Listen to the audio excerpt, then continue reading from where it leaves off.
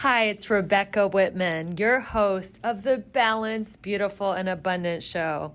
I'm a top-rated life coach, an international best-selling author, and a multi-passionate entrepreneur.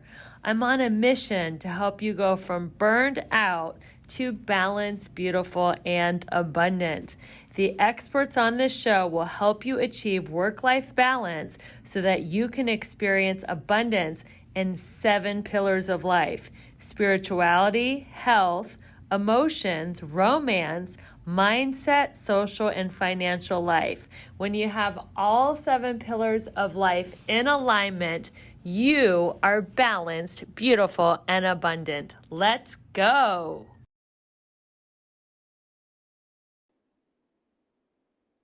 Welcome, everyone, to the Balanced, Beautiful, and Abundant Show. I'm your host, Rebecca Whitman.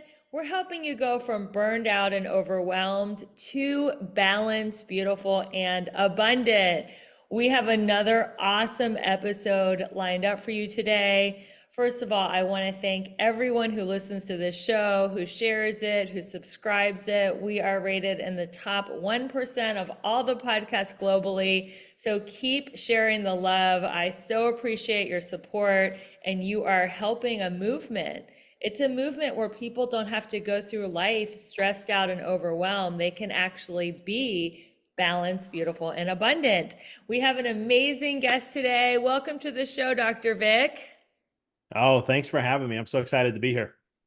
Great to have you here. So let me tell you about my guest, Dr. Vic Manzo. He is a multifaceted professional serving as a quantum mindset coach and a pediatric chiropractor. He is also a 3-time published author and the host of 2 compelling podcasts, The Mindful Experiment and Little Light Wellness.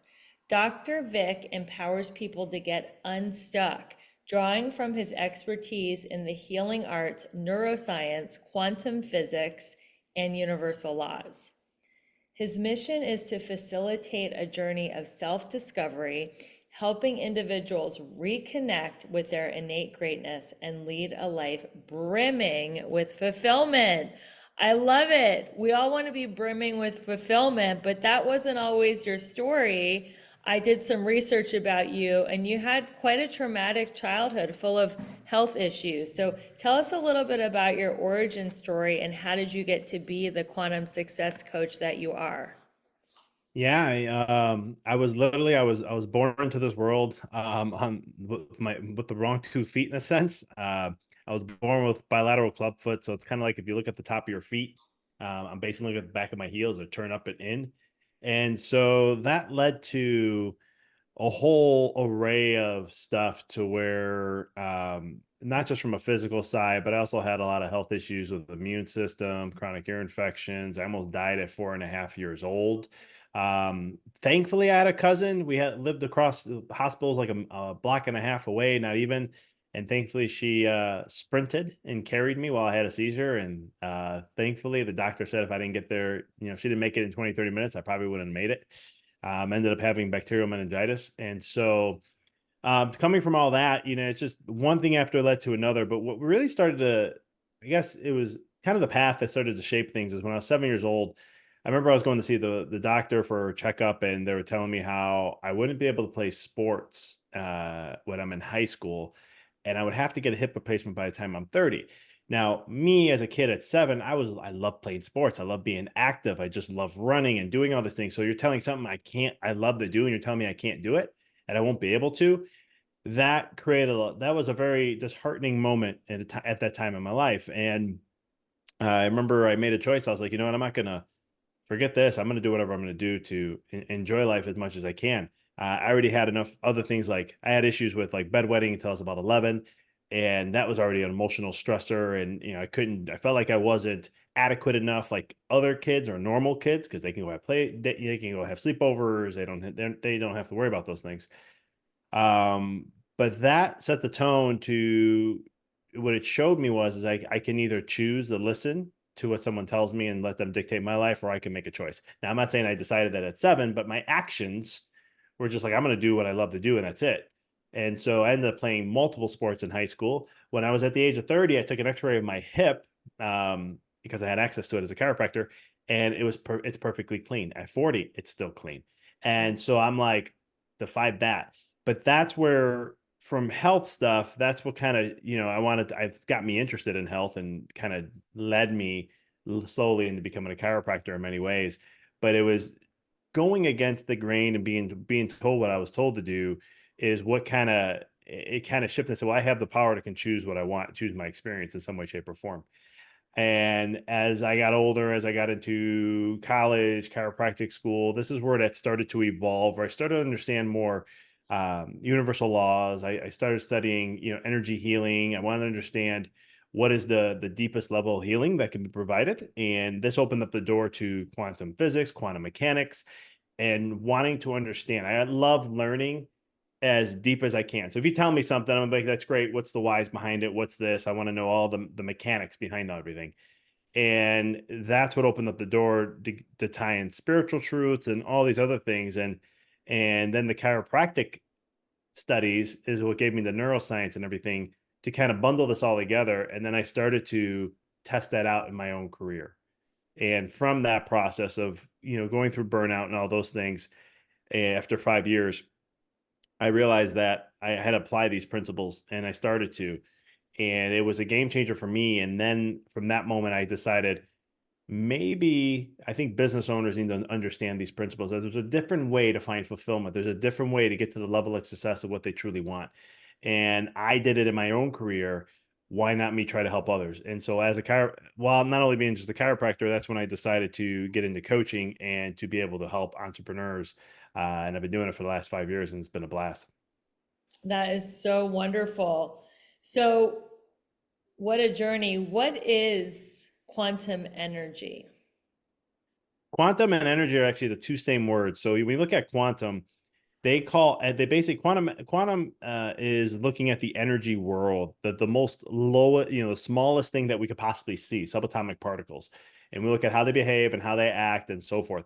So in the quantum world, everything is, at the end of the day, when you get to the deepest, the smallest thing they could possibly see, it's energy at the end of the day. And so they call it quanta, but in we can call it energy. We know that everything is energy. And so when you look at, like, for example, this physical body, we look at how this is my arm, this is my face and everything, right? You look at your physical body. When we look at the amount of space that's actually in our physical body of what we're made up, it's about the size of a football field, and the amount of matter or mass you have is the size of a penny. And so we're really all made up of energy in some way, shape, or form. And the energy that we Let me are, just whatever that, repeat that. okay, Our energy field is the size of a football field. the space of our body, the space that we have with our body is a whole entire football field. Our That's how much space energetic we have. space. And I'm using that as an example. Sorry, Energetically. yes. So if you look at, like, so let me rephrase that. So the analogy is, when we look at how much matter we're really made of, it's like, if you take a football field, all that is space, and it's the size of a penny is the total of matter of what we are. Now, I'm not saying that, so that's when we look at, that's just an analogy that's used Right, right. as a scale to understand the how much really there's a ton of space in us, in other words. Yeah. How big does our energy field extend, though? That's what I want to know. It it varies on different people and different different things. I mean, it can be anywhere from 6 feet wide. They say Jesus has his was palpable at 2 miles. How do they Whoa. figure that out when he wasn't around is interesting, but we have a field around us, and for some people, when they hear about this, it used to be called like an aura, and you could feel, and that was in the spiritual realm, spiritual stuff and energy world, and they'll be like, well, that's woo woo. Well, we can call it a morphogenic field because that's actually the science term for it. And so we have an energy field that spins in like a torus around us. And so that is what that is the field that we have, that's why when you're around somebody, sometimes you can actually like feel their presence, or you can feel something about them. They feel good or feel bad. You're actually being intuitive, picking up on their field and their energy. I had a spiritual teacher, one of my favorites, Michael Beckwith, and he said, you want to get your vibe so high that people feel you when you walk into the room energetically. Yes. Yeah, and that's the key. And we're attracted to people who are high energy and high vibe. It's just even unconsciously, we're just those are the type of people that um we gravitate towards in some way, shape, or form. So, how can we harness this quantum energy to be more successful, to be happier, to be brimming with fulfillment, as your bio says? I love it. So one of the things is we have to first stop reacting in life to things that happen and start to choose. A lot of times we're just going off things from left to right. We're just constantly reacting all throughout the day and we're giving up our power. And every time we give up our power, we're not allowing then to hone back to ourselves, to our energy field and give into that realm. And so instead of reacting, if we choose to respond to life or choose to respond to things, and make the choice that this is what things will be, then all of a sudden now we're taking our power back and we're allowing to then be able to choose in the realms of what it is that we want to experience or whatever that may be. And when we're not reacting, then we are staying in a center in a more of a balanced state. And when we're more in a balanced state, emotions are more balanced, our mind is more balanced, we see things a lot better. And those are some of the elements that we can do when it comes to those kind of facets. But to find the bliss of all things on top of that, there's different elements. I mean, we're naturally designed to be that way. But again, we allow a lot of life and a lot of conditioning, and I call this the matrix too, to influence us that interferes with that process. And this is when we start to not experience that because we're either off our path, we're allowing to be influenced in some way, shape, or form, or we're just reacting to things in some way rather than responding to life and what comes our way. I think emotional regulation is such a discipline, and so is choosing your thoughts, and that's something else you've studied is neuro linguistic programming. So if somebody is a negative thinker, what are some tips to rewire their brain to be more positive?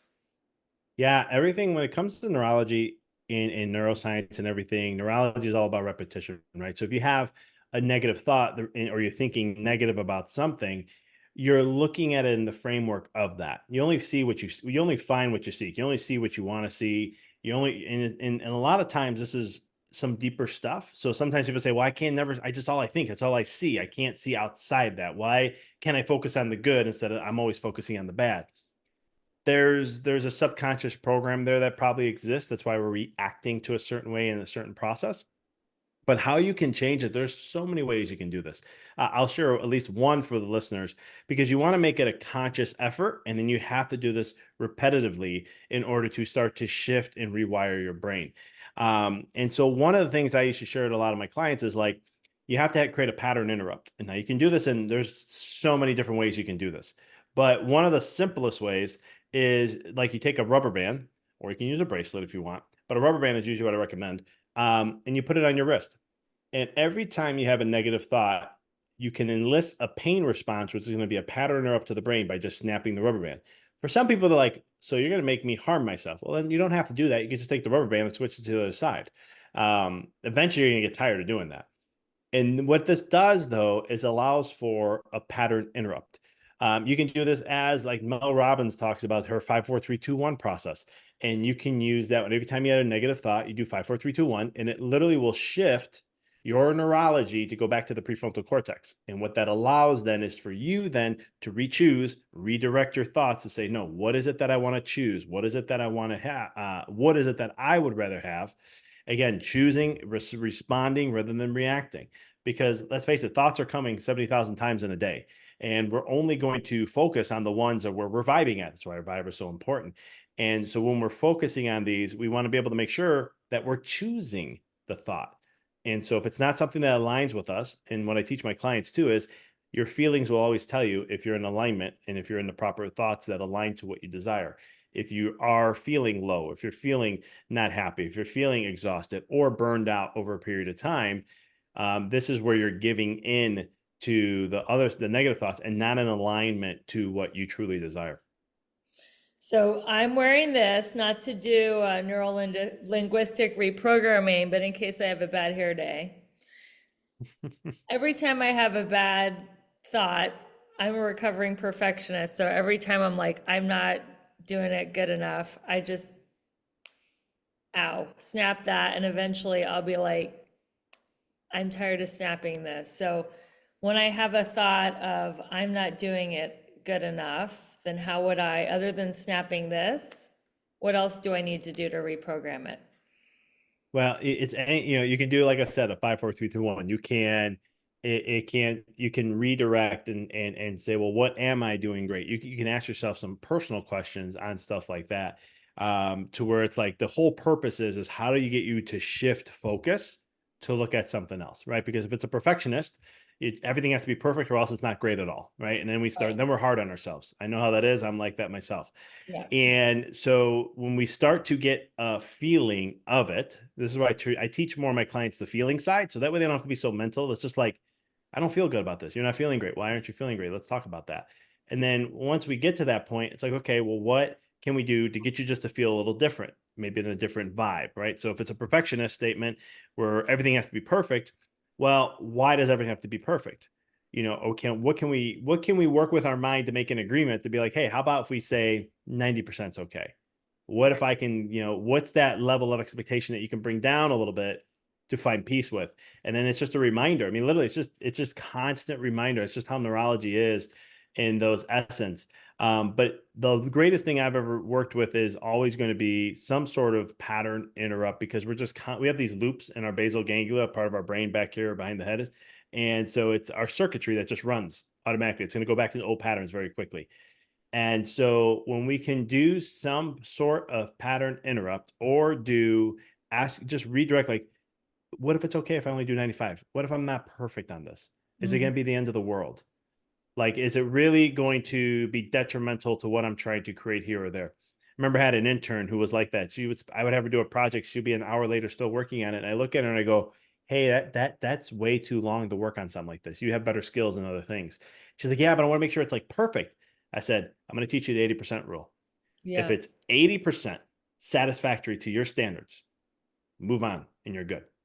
And so then she was like, I love it. Now I've been using it. It makes my life so much more easier. Sometimes the perfectionism still comes in, but she's like, but I just know what that feeling is. And I just know how to say, nope, this is going to be fine. Does it meet this? Okay, it does. I'm thumbs up. I'm moving forward. So I don't know And if that done helps or is not, better but than, I like to say, done is better than perfect. yes, every single time. Yeah, that's something was hard for me because it was like, I want it to be a certain way or a certain thing. And then eventually I was just like, at least I'm getting something for now. I'm getting something. I'm doing what I need to get done out there, and that's good. And then I'll make sure I try to be a little better next time if I can. So, what is the billionaire success formula? I read about that on your Instagram and I'm intrigued. Tell us. Yeah, so I spent time studying billionaires because I wanted to understand what is the things that they do that makes them so massively successful. And when I was going through all this about 10, 15 years ago, I started to see a pattern, and it related to a lot of stuff that I was kind of teaching in some ways. And I was like, this is pretty cool that billionaires do this all the time. And I'm like, why? I'm like, people need to know more about this. So I came up with billionaire success formula. And really what it is just the equation. And it's the first part of the equation is going to be you have to have a vision. Billionaires spend a ton of time using imagination. Like if you think about Elon Musk, that guy loves to imagine things and just test it out and try to put it into reality, right? He's always in that state. Everything he does, people are just like, oh wow, he's really he just thinks of it and he's like, okay, we're gonna put a rocket up and bring it back and we're gonna do this. And everyone thought he was crazy to do it. And then eventually he got it done. And even when the scientists of who we work with him are like, that can't happen. And he's like, no, no, no, it's going to happen. Figure it out. That's what you guys do. And so it comes to that point where they're always using their imagination to see what it is that they desire, what they want to create, what is something fun to them. And so a lot of times what I teach to my clients and stuff is the first thing we work on is vision, because you have to have a vision of what it is you want to create. Who's the character in the movie that you want to become in the future? And so you got to Ask the utilize. question. If you're listening to this podcast, who is the character in the movie that you want to become in your future? What character is your future self? That's a great question to ask yourself. Yeah, because you want to see how are you playing. And the thing about it is I teach a lot too, and especially in the formula and all these other things, is your mind time travels. We physically cannot, but our mind does. I can have you think of what you did yesterday and what you have to do tomorrow, and you just time traveled. And so it's one of those things that, but there's a principle behind this, because when you can look into the future and see who it is that you want to be, that future self of you, you can take that person and bring them into the present and say, well, how do I act and how do I be like that future person of me 5 years from now, 10 years from now, whatever that 20 years from now? How are they acting? How are they responding? How are they being? Remember, it's like a movie. We're literally living in like in a movie. You get to choose and you're the character running the whole thing. Everyone talks about this, but it really is true. And so this is the power of vision. And the beautiful thing about vision is that your mind, neurologically speaking, or neuroscience process, is that your mind can't tell the difference what's real and what you put up there in the imagination. That is the most biggest, if you want to call it a neuro hack, that you can utilize in your life. That's it right there. So why not use it every single day? I mean, I have my clients constantly doing visualization work every day, because it's the one thing that I've studied in my own experience. And in many others, I have tons of stories I can share of just my own personal life, where seeing things in my head and constantly visualizing, and then all of a sudden later in my life, I see it show up and I'm just like, wow, this is freaky, like almost to a T. And so the visualization part is about the heaviest part of the equation. It's about 90% of the time. The second part of the equation is inspired action. So this is different from taking action. There's a difference between the two. Inspired action, you can't ignore. You are propelled to do it. When I wrote my third book, I was in the process of moving from Chicago to Knoxville. I was closing my office down, and my wife was pregnant at the same time. In the midst of all that inspired action, I was being pulled and I could not ignore about writing a third book. Like, it wouldn't leave me alone. It was like a fly just kept bugging me and wouldn't leave me alone. It was so annoying. I tried ignoring. I'm like, seriously, I got all this in my life right now. And you tell me I got to write a third book. And all of a sudden, of course, I made a deal and bargain and whatnot. And I said, okay, if this is true, I'm going to send it to my guy who creates my covers. And if he nails it, then I'll write it. But I kept doing it. I wrote the book. I didn't write the book then. I just got the title, got the cover, and then the feeling went away. I didn't take action for another 3 months because I wasn't propelled to do that. So it's when you are in inspired action, it's actually an alignment to your vision and what you want to create. And your it's an internal thing. It's like your intuition. You're letting it guide you. And so when you can utilize the visualization part and you can have inspired action, that will equal success. And that process, a lot of times we do it backwards and we do 90% action and we do 10% visualization and having a vision and a purpose of where we want to go. And that's at least where my experience was studying business and self-help and all that. And it's still today, a lot of times it's still the same advice that they're sharing. And I've only been in the world for 15 years in the business world. And that's constantly the same advice I hear. And technically it should be the other way around. We should spend 90% of our time visualizing and using imagination, seeing in our mind's eye the world we want to create, playing that movie in your head over and over and over. I mean, you don't have to take my advice. Oprah has a vision board. Steve Harvey talks about having a vision board. Not that, I mean, you can use a vision board, but the whole purpose is visualization. That's the key. So however you visualize, that's the key. But that's what it will lead you to success. And that's what my research has been when it came to studying billionaires. That's the thing. They take action only when necessary, when they're inspired. And because when you're pulled to do something, it's going to work out. It will be successful. We know people that just do stuff and it's like they have the Midas touch where they just touch. I think that's Midas, right? When they touch everything, it turns into gold. Do you guys want to know my biggest beauty secret? It's called liquid collagen. I have been drinking this medical grade collagen now every day for 3.5 years. My skin is glowing. My hair is long and thick and shiny. Nails have never been stronger. I feel amazing in my body. I am in my early 50s and I feel like I'm 25 years old again, and people do not know my age. They are like, what? You're kidding me. It's the liquid collagen. So you gotta try this. We have 2 formulas. One is for anti-aging and joint health, and the other one is for losing fat and body composition. All you need to do is click the link in the show notes and you have an amazing promo code. Check this out. It will transform your body and you will feel balanced, beautiful, and abundant. And now back to the podcast. Well, what are some techniques or practices that our listeners can do to start visualizing? Yeah, one of the greatest things, you got to quiet your mind. So it's a lot harder in today's world, especially information era. The biggest thing that I'm a fan of that helps with visualization is breath work. Now, breath work, you can use anybody's technique. There are so many out there, but one of the ones I usually get my clients to start with is like a Wim Hof style breath work practice, just to get used to this process. Because when you use breath, it's so powerful that it will actually recenter your brain. It gets you out of the reptilian and even the mammalian and allow you to get higher centers in the brain. So you get more into this prefrontal cortex. The other beautiful thing about that is it resets your energy. And so when we can do those two things, now all of a sudden you're allowing for the imagination of your mind to kick in. Because if you're stressed, if you're wired, if you're constantly on the go, your imagination is low. It's hard to switch into that part of your brain. The breath work is a great way to reset your energy and reset your mind to tap deeper into it. And it's not going to happen once. You're not going to do it once and be like, oh my God, this is great. I have all this creativity now.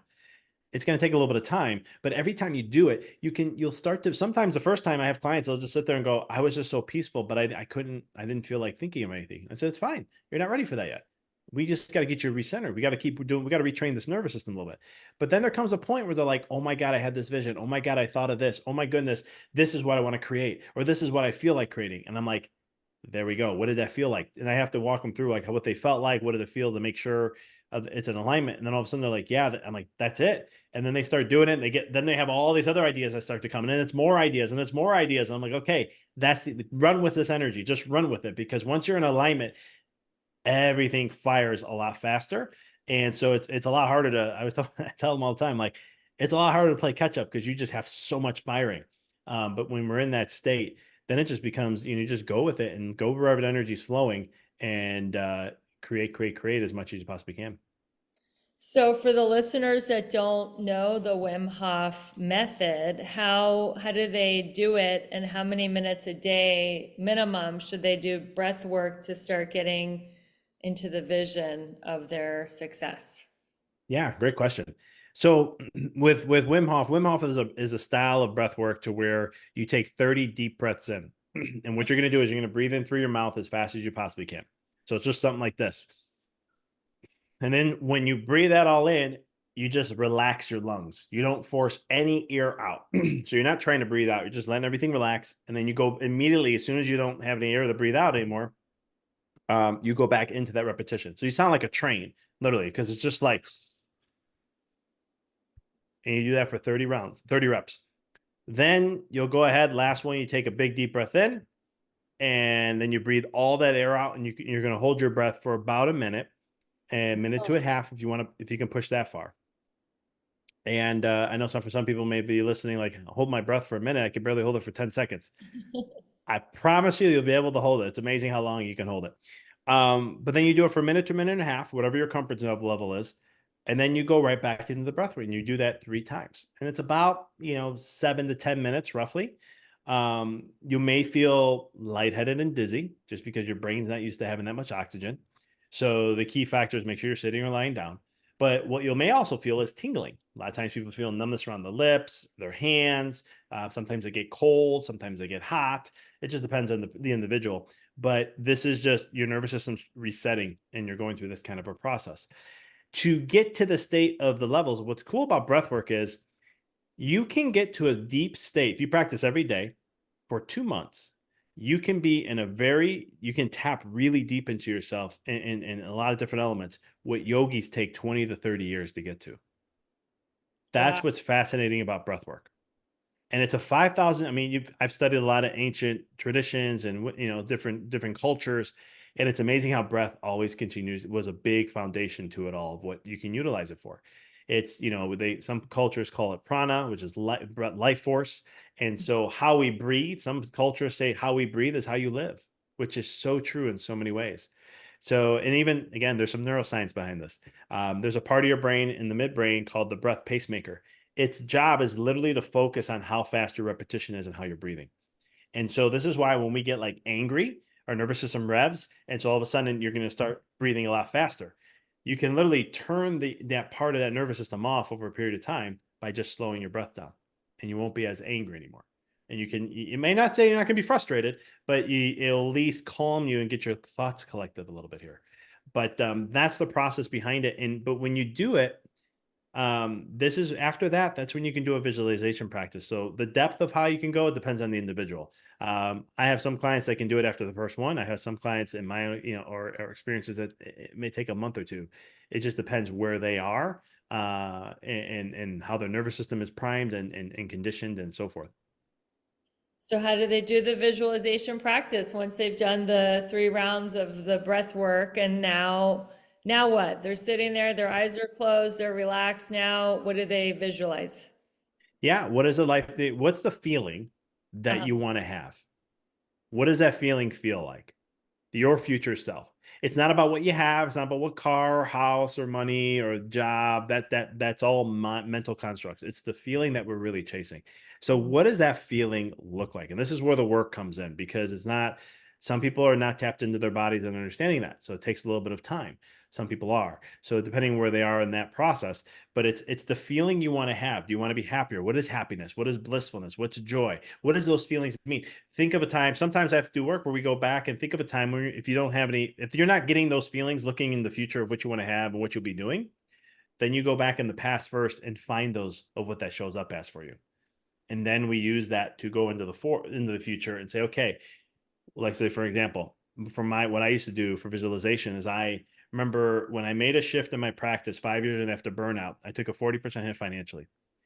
I tell when I work with chiropractors, I say, here's my secret sauce of what it did to grow my practice and work 14 and a half hours a week, making almost 7 figures and so forth. What I did was I visualized every day the feeling of working with kids and moms, seeing moms coming to the office, all hanging out, talking with each other, seeing the kids running around. I had this playing in my head all day. How was I talking to the parents? How was I feeling when I was communicating with a mom who was struggling with a child who may have ADHD or autism, or just got some label on their child and they're freaking out? So in my head, I started playing these scenarios, right? It's a movie. You're literally playing a movie. And I kept playing that in my head. And for me, I just felt the joy of being able to be a part of that journey and be able to help in some way, shape, or form. That's the only thing I said. And every time I walked in my office, I visualized that happening. I'm walking through I had an associate at the time. He's like, you always like walking throughout the rooms when you first get in. And I'm like, I'm clearing the energy and I'm setting the tone. I'm setting an intention for the day. And so, but what would happen was, this is the fascinating part. I was only seeing 5%. My pediatric volume in my office was only 5%. In 6 months, we jumped to 48%. I didn't do anything. One workshop, but that had nothing. I only had two kids that came from there. So it wasn't like that really grew that number. But what was fascinating is it was about 8 months in, I come out of a room and all of a sudden I see the moms. I saw a couple moms come in. They were saying hi to another mom, and they were all getting ready to get it. All the kids in the family were getting adjusted, and they were going to go. All four moms were going to go to the park nearby to all hang out. And that was a vision I had. And I go, oh my God, it came true. And what was the feeling? I had joy and bliss inside. The reason why you want to focus on the feeling is because sometimes what you think you want is not really what you want. Mm. And this is what you've heard this many times before. I was hoping this would never be me either, right? I wanted to get to a certain number financially in my business and a certain level of success. And I got there. And then I was unfulfilled and I was empty. And I was like, but this was supposed to bring happiness. I can have the fancy cars, I can have any house ties I want, I could do all these things. And yet it didn't bring me the things that I was really going after. So I flipped the script, and that's when I said, I'm going to go after the feeling. And that's why the feeling is so critical. And then you put the images on that, and now all of a sudden, this is where the power of visualization plays a role in things. And that's the practice behind it. So it's really, you can look at it in any way, shape you want. So if it's, let's say you want to have a certain type of partner, if you want to have make a certain type of money, or you want to do those type of things, it has to have a feeling behind that first, and then seeing yourself in that realm, because your brain doesn't know the difference if that's real or not. And eventually, if you keep practicing that, it creates neuroplasticity. It actually connects what we call connections or synapses. When that happens, then that's the brain. That's all it's going to look for, and that's what's going to start to attract even more. So that's what we call like automatic success in some ways. So how many minutes? I'm sorry I'm being so like microscopic, but I know my listeners want to know like what is the minimum minutes a day they would need to visualize to start seeing results? Once you get, minutes a day, if you get good at visualization, you can tap into it. All you need is a minute. It's Wow, not that's like it's you long. guys who are listening, you all have a minute a day to visualize and feel what it would feel like to be your future, the best version of yourself. That is a great practice. Now, you are a health practitioner as well as a mindset and business coach. This is a big change of topic, but I'm really into health and wellness. What are some health practices that we all need to be doing today? Like, I know you have a cold plunge, cold therapy, intermittent fasting, infrared sauna. Like, give us a few of the things that you think we should all be doing. Chiropractic care first. We have a nervous system that's all about communication. And so if your communication systems aren't working well, doesn't matter what you do, it's not going to fire properly, or you're not going to heal properly. You're not going to, evolve and adapt to life and all the challenges that come with it. But practices you can do at home and things is, Let's go I have back a to cold. chiropractic care. Yeah.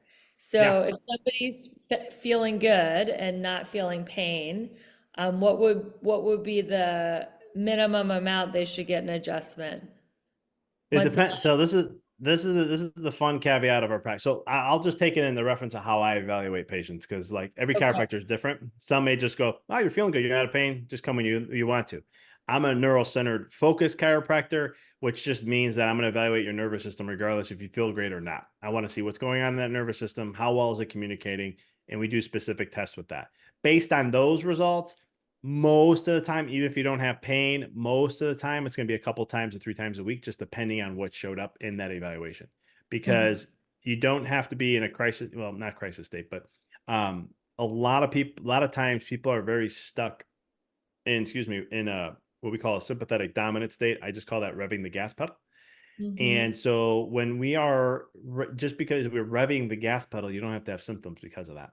It could just be racing thoughts. I can't sit still, or I'm like calm. It could be they're the most subtle things if we're being aware enough. But a lot of times people aren't. So they wait until we're in pain. And when you're in pain, that's a crisis state. And so now we have a lot of work to do. That just means the house is on fire. The fire alarm went off. That's the pain. We got to put the fire alarm off, and then we got to repair the house. Okay, So I so hope not that answers everyone that. can afford to go to a chiropractor 2 or 3 times a week or have insurance. So is there benefits by going once a month? The only benefit that you're going to get out of that is just going to be the research shows every 28 days, if you get one adjustment, it can stop the process of building arthritis in the spine. Well, that So that's that worthy. one adjustment. Just going So once that's a month can prevent once a arthritis month. in the future. Yeah. All right, and I'm sure the benefits stack up the more you go, but you were just saying some other health practices that you recommend everybody be doing that's listening to the show. What are they? So we talked about breath work. We talked, that's a huge part to add into the mix massively. Though I love a cold plunge for more spiritual reasons than anything else. I've been doing How this is kind of work for making about yourself freezing cold spiritual to you? It is anything but I spiritual to me. I'm like, my higher power wants me to have like a life of joy, ease, and bliss, not like freeze. It's my bliss state. I know this sounds very weird to a lot of people. I'll tell you straightforward. I do not like the initial response. I don't enjoy first getting in there. I don't know who does. But after about 15 to 20 seconds, as I get my breathing to calm my massive reaction that my nervous system's having, there's this serenity and peace that comes over. And then all of a sudden, I don't feel cold anymore. And I'm just focusing. I Because have you've to left your focus. body, because it's so uncomfortable. You do psilocybin to leave your body too. See, there you go. And that's the spiritual part of it all. That now you got it right there. And so it's Your a soul's process where you like, just have it's to too cold in this body. I am like going to gone. other regions of the universe. Yeah. Totally. But that's the spiritual experience. No, it's this journey inward, and it's just you have to so focus in and ignore what you're feeling. And if you don't, I don't notice anything. Before I know, it's 3 to 5 minutes and it's gone, because I do it about 3 minutes a day. Usually is my go to. But it's one of those practices that I've done, and then you feel so brand new and renewed. And so a lot of times, here's a little hack that you can, if you don't have a cold plunge or access to this, or you do ice in a bath, what you can do is a cold shower. I don't like cold showers. This sounds weird. My wife always goes, "You hate cold showers, but you go in 38, 40-degree temperatures and you'll sit in there for 3 minutes and you're like smiling after 30 seconds, but you hate a cold shower." I said, the difference between the two is I go into cold water, it's one hit and I'm done. Shower, it's 1, 2, 3, 4, and it's not acclimated yet. So you're going to get hit again. And it's like, oh, Jesus, this is not fun. But here's the thing about cold that can really help you, though, because let's say you're struggling, let's say you're frustrated, let's say you're worried, you're reacting, you're stuck into this, fear or worry or anxiety. When you jump in the cold water, it puts your brain into a stress response, into survival. You cannot focus on those things anymore. You're going to have to, your brain's going to turn that off because like we're in survival. There's an attack. Are you in, it doesn't know, is it cold water? What's happening here? And so you have to then reshift your focus. Anytime you do a cold plunge, especially the colder the water, the more the shock, the better you're going to get out of it. When you get out of there, you're rejuvenated, you feel refreshed, energized, and you're not thinking the same way you were before. So that's where cold plunge comes in. I'm a huge fan of that. I have read like there. Cryotherapy versus a cold plunge. Because for me, getting in a cryo chamber, even though it's like negative 240 degrees for 3 minutes, that is easier than the water. It is because cold water transfers temperature or it converts energy over faster. So like it impacts deeper. Water does. I think it's like 23 or 24 times more than air does. So I always tell people if you take a frozen steak and you leave it out on the counter versus you put a frozen steak in cold water, within a certain period of time, the steak it's in water is going to thaw 10 times faster, that much faster than it is sitting on the counter. Hmm. But are there So still that's why the cold water. benefits? Oh Are there, yeah, there's still benefits. that's Yeah, good. there's as long as the cold exposure alone. I mean, yeah, I've done cryotherapy tanks a lot, and it's always fascinating. You're at like negative 280 degrees Fahrenheit. And you're just like, how is this possible? This is so bone chilling cold. Um, the water has a more deeper impact though, so it's going to have a more of an effect compared to that. But you're still getting benefits. It's still cold exposure when it comes to those things. All right, But what if you don't else? have any, I was gonna say real quick, just another tip. If you don't have these things, you can take a bowl of water, freeze it for 24 hours. And then what you do is you fill up, it has to be a big bowl so you can fit your face in there. And then what you do is you fill up about an inch of water and then you dip your face in there. Hold your breath, dip your face in the water for as long as you can. It's gonna be totally immensely not fun. But they found research that you have more sensory nerves on the face itself. And it can actually, you'll notice after like 3 to 5 days, you're going to be able to go longer and longer and longer in that process. So it's another way of doing cold exposure. Um, but I recommend getting full body so you get the full shock effect of it. And what are some other So, health practices? What about like eating? Like, are you into intermittent fasting, like keto, yeah. paleo, like high protein? Tell us some more health hacks about food. Yeah, fasting is phenomenal. It is a key to longevity. You can't keep working a machine without giving it rest. So intermittent fasting, from the science literature that or calorie restrictions where you're minimizing how much you're eating in a certain period of time is great. 14 to 16 hours is really, really good if you can do that. That's usually 12 is like some people say that's the minimum. I'm more like 14, 16 is what I push. When it comes to that, I practice 18 to 20, and then I do rotational cycles of fasting about every twice a week. I'll do 24 hours of no eating, just pure water. And I'm actually at the Every time of this week, recording. Yeah. you're fasting right now on water, even as we're having this conversation? No, but I fasted 26 hours. I ate about a couple hours ago, but I fasted for 26 hours beforehand. Amazing. Amazing. Well, I'm getting prepared for a 7 day next month in May. So I'm looking to just do pure water for 7 days just to give my body a full reset. Um, but but you don't have to do that. You can just do, to keep it simple for everybody, 16 hours of no eating, and that includes sleep, and then 8 hour window of eating. Okay. And that, if you, as long as you do that, research shows that's great enough to do. But once you build up to getting used to that, you can go to 18-6, which means 18 hours of no eating, 6 of. And what research continues to show is that the person who eats less lives longer. I think it was like if you reduce your calories by like 30%, I forgot or yeah, if you reduce your calories, you extend your life by 30%. And so I mean, we're talking even like you have these things on your DNA called telomeres. They can look and see that's like how long you're aging. When they start to shrink more, you're shortening up your life. They found out that fasting extends them even for those who had shorter ones. So it's a powerful tool. Again, your body's designed to heal. We eat too much. We need to, minimize, give ourselves a little bit of not eating. And in the beginning, this may be hard. So a lot of times if I'm working with a patient on things like this and I'm trying to get them to fast, I always tell them like, just go to 3 meals and no snacking. Let's just start there. All right. We got to start small. So let's start there. Once you get that good for a week or two, then we'll start cutting out a meal and then we'll see how you feel. Because we got to make sure we're doing it in a certain process. There's so many variables that play a role in this. If you have insulin resistance or something like that, it's going to be a lot more of a struggle. Like the whole thing called hangry, that doesn't exist. But you'll say, no, I get hangry. That's not being hungry.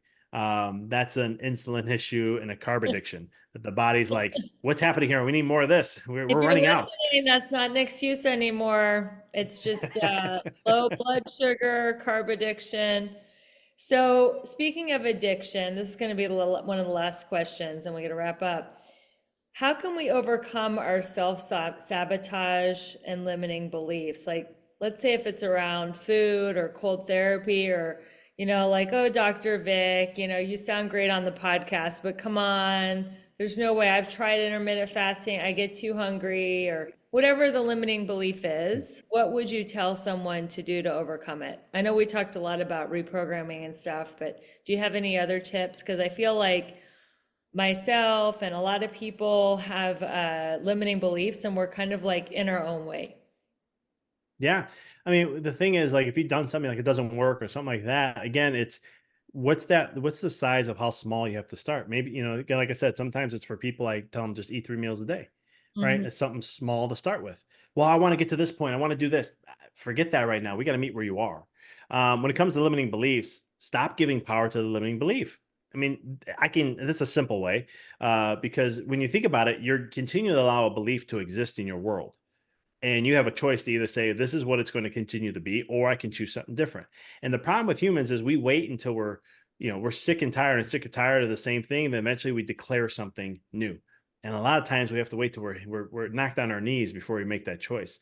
So when it comes to a certain belief, we shared some of this before, like you can use the rubber band, a pattern interrupt. These are things, this is all neurology at the end of the day. These are circuit patterns that are happening over and over that you consistent. And these things are not in your current life, they're from your childhood. That's a whole nother podcast on itself. But it's those elements of, do you want to continue to believe that? Or do you think do you think there can be something different? Do you believe there can be something different? Can you believe there can be a different opportunity for you? And if you believe it, then put 100% energy into that. And guess what? That's going to happen. It's going to happen. It's not like it's going to be a hypothetical, because wherever you put your focus to and attention to is where energy flows. And anywhere, anytime, wherever energy flows, that's how manifestation grows. That's how you attract things into your life. And so if you're like, I can't go in cold water for 38 degrees. Yes, you can. You can do it. I know I used to fret about it. And then one day I did it for the first time, and I was kind of like in a big group when we're all just starting to do them. And I was like, it's my turn. I have no choice. I said I was going to do this. I hopped in there. I was huffing and puffing. You thought I was hyperventilating and everything. But then I practiced meditation and everything. And I was like, you know what? Let me just quiet my mind and let me just get my breath to calm. And as soon as I did that, I was like, I'm addicted. This is awesome. It forces me into a certain state. And so, but I had to go through that experience believing that I was going to have something different. I was fearing all the time. I kept pushing it off, pushing it off, pushing it off. And eventually I was like, I have to address this. So the answer to that question again is stop giving power to those limiting beliefs. Create a belief, just like visualization, just like we talked about creating a movie in your mind and creating your future self. Create a belief that you feel empowered to, and follow that and put 100% energy. Say nothing else matters except that belief system or belief.